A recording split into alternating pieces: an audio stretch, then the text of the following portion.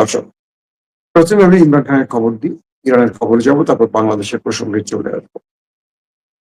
যারা লাইভের মাঝামাঝি ঢুকবেন তারা হয়তো পরবর্তী ভিডিওটা আবার দেখে নিতে হবে, কারণ আজকে সবগুলো খবরই গুরুত্বপূর্ণ খবর। ইমরান খানকে নিয়ে পাকিস্তানের এস্টাবলিশমেন্ট বড় বিপদে পড়ে গেছে, আজকে প্রথম লাইভে বলে ফেলেছে। নতুন করে ইমরান খানের আইনজীবীরা তারা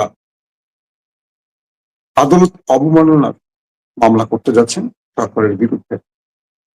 এতে পাকিস্তানের উচ্চ পদস্থ দায়িত্বশীলরা ফেসে যাচ্ছেন ইসলামাবাদের কমিশনার, ফেসে যাচ্ছেন আডিয়ালা জেলের সুপারিনটেন্ডেন্ট অর্থাৎ জেলার, ফেসে যাচ্ছেন পাঞ্জাবের কমিশনার, ফেসে যাচ্ছেন ইসলামাবাদের কমিশনার, ফেসে যাচ্ছেন রাষ্ট্রের গুরুত্বপূর্ণ হাই অফিসিয়াল। অর্থাৎ কেন ফেসে যাচ্ছেন? পাকিস্তানের সুপ্রিম কোর্ট নির্দেশ করেছিল ইমরান খানকে 16 সেপ্টেম্বর পর্যন্ত শিফা ইন্টারন্যাশনাল হাসপাতালে রাখতে এবং সেখানে বিশেষজ্ঞ ডাক্তারদের একটা টিম গঠন করে তার সকল পরীক্ষা নিরীক্ষা করা, এবং ইমরান খানের পরিবার, আইনজীবী, তার পার্সোনাল ডাক্তাররা এটা সম্পৃক্ত থাকবে। সরকারের পক্ষ থেকে এর একটি বাস্তবায়ন করা হয়নি, নেওয়া হয়নি শিফা ইন্টারন্যাশনাল হাসপাতালে, নেওয়া হয়েছে পিমস বা এরকম আরেকটি হাসপাতালে। কোনো মানে সুপ্রিম কোর্ট ঘোষিত কোনো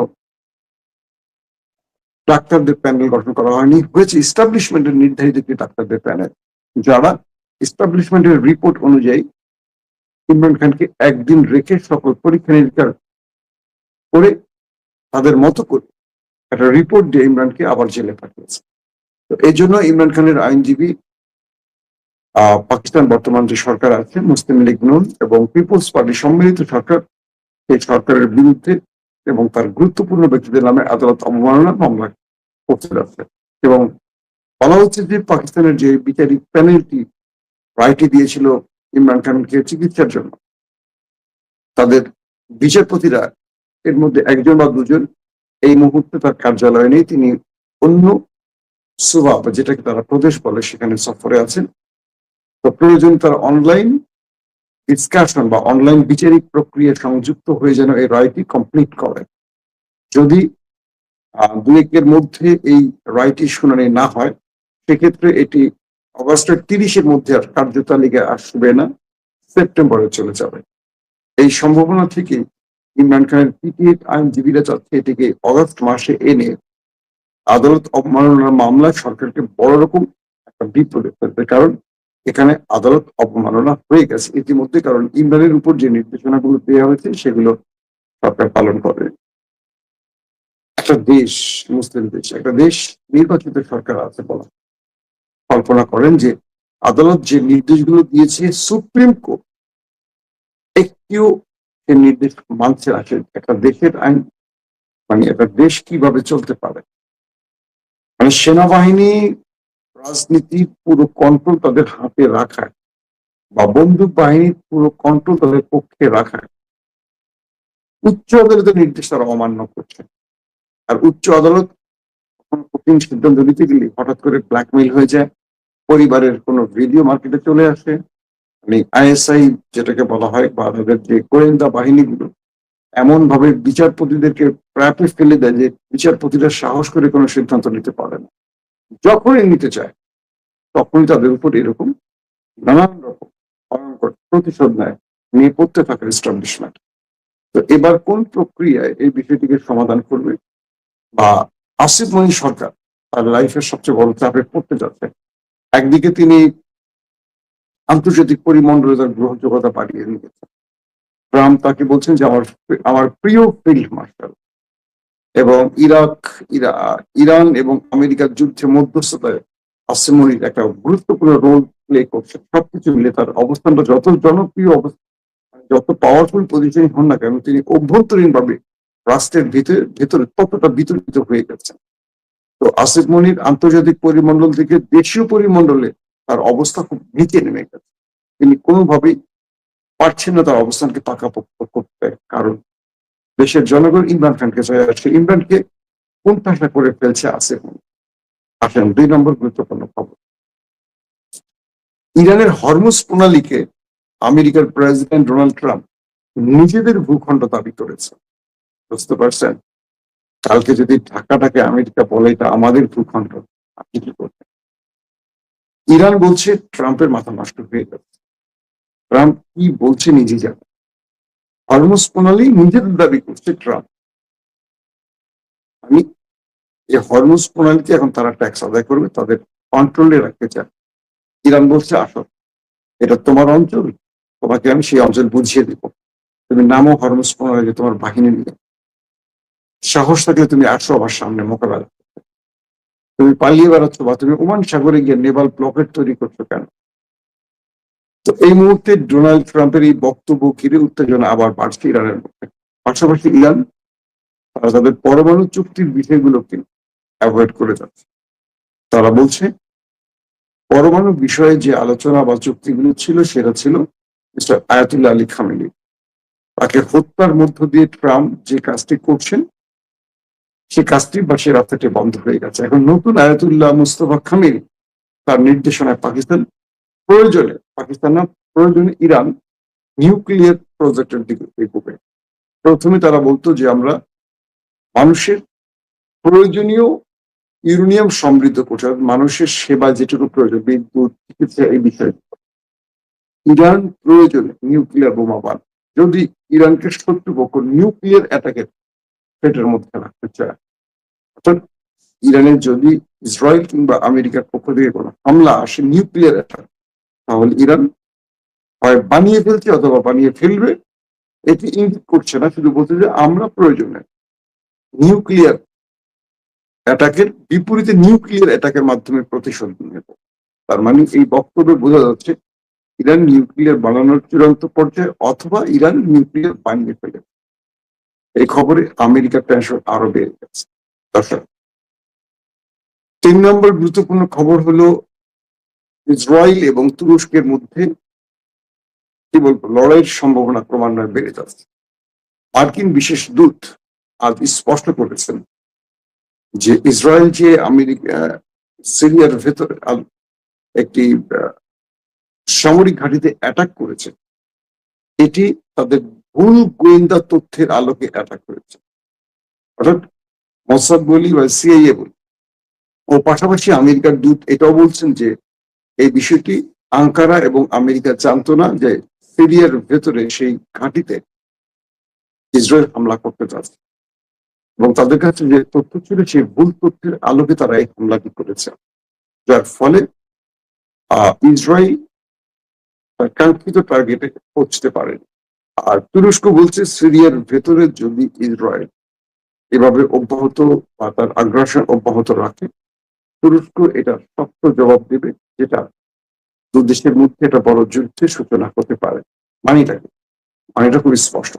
তুরস্ক ইসরায়েলকে যুদ্ধের হুমকি দিয়ে বসে আছে, অর্থাৎ ইসরায়েলকে ছাড় দেবে না তুরস্ক।